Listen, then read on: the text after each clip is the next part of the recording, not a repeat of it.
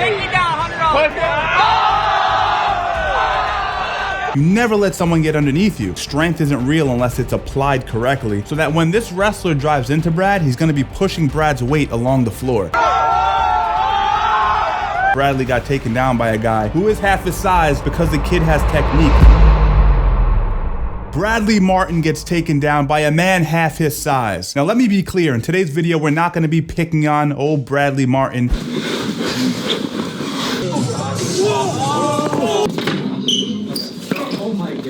We're gonna be doing three things. Number one, we're gonna break down the technique behind what went wrong. Secondly, we're gonna take a look at what you guys think about the clip. And number three, we're gonna answer the age-old question, does bodybuilder type muscles translate to combat sports? Let's get into it. How much you weigh? 260? I'm 160 pounds. Take me down, $100. Put 500, I'll put money on it. I don't need 160, Bradley. 260. You want me? He's in on a head outside single. The head peeks out and the angle is cut. There you go.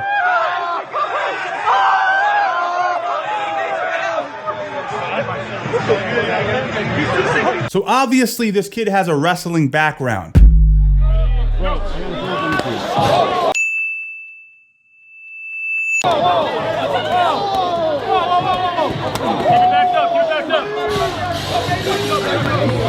Keep moving.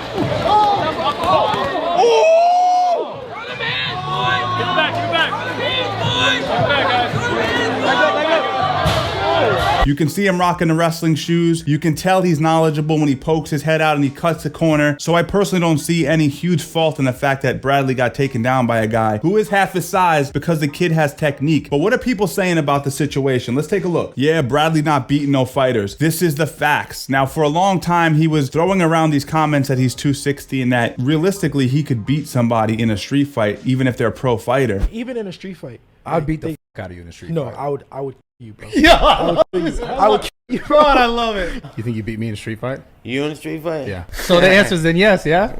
Of course. I love it. I love it. Yeah. I don't want to hurt you before the fight. No, you won't. What do you think about it? Being full transparent, those guys would f up. And obviously, there's not a lot of confidence in that claim when you're being taken down by high schoolers. After all that talk, Bradley gets worked by a regular guy half his size. I love this meme. And the man in the vest. Dial Vibe says gym muscles don't mean shit.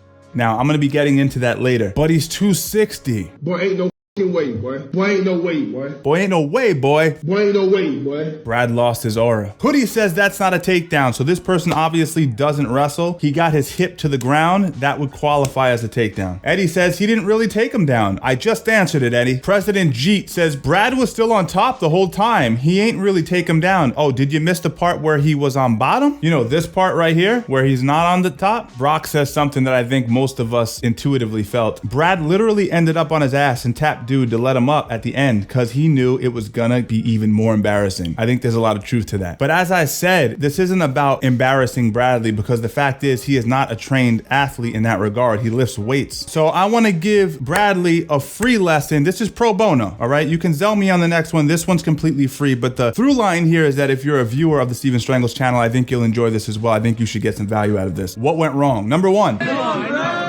Brad goes for the first grab. So you notice that he felt threatened by the call out. The kid had a sign and he had wrestling shoes on. That means he knows what he's doing. He said, I could take you down. Brad feels threatened by that and wants to prove his point and grabs the kid's neck with a collar tie. But there's an issue when you do that. Check what happens next. The kid immediately gets underneath him. So Brad went wrong because his first line of defense is always your eye level. You never let someone get underneath you. If I'm wrestling you right now and you try to take me down, I'm going to match eye level with you so you can't get through to my hips. My first line of defense is my head positioning, and he gave that up. You can see here the kid's head is on the outside of Bradley's left hip in this case on a single. He tries to lift him. The typical bodybuilder thing to do. Let me deadlift him, but that actually ends up not working out too well. Now, Brad is committing a cardinal sin. He's on his knees. In wrestling, you never want to go to your knees because that proportions your weight onto the ground. Where do you want your weight to be? You want it to be on your opponent. So you pick your knees off the ground, you put the tops of your feet on the ground, shoelaces down, so that when this wrestler drives into Brad, he's going to be pushing Brad's weight along the floor, as opposed to pushing his hips over his heels. Give me your ears for 1 second. Let's imagine you're on your knees and I'm tackling you. If you're on your knees, your ass is going to go past your heels and you're going to fall over. Pick your knees off the ground, you'll slide. Yes, science! But that wasn't all that went wrong with Brad here.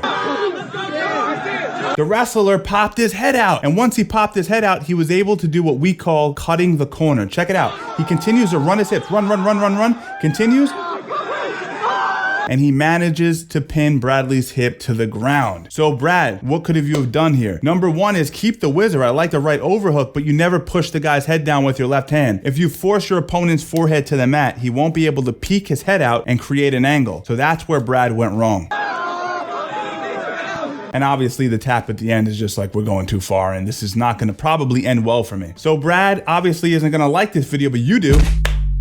I'm the best. But the question is, does bodybuilding type exercises and shooting steroids really translate to combat sports? And people think that like muscles like mean something. Muscles don't mean nothing. But even in a street fight. When a guy comes up with big old muscles, that means he's tight and he's like, but men like this are like.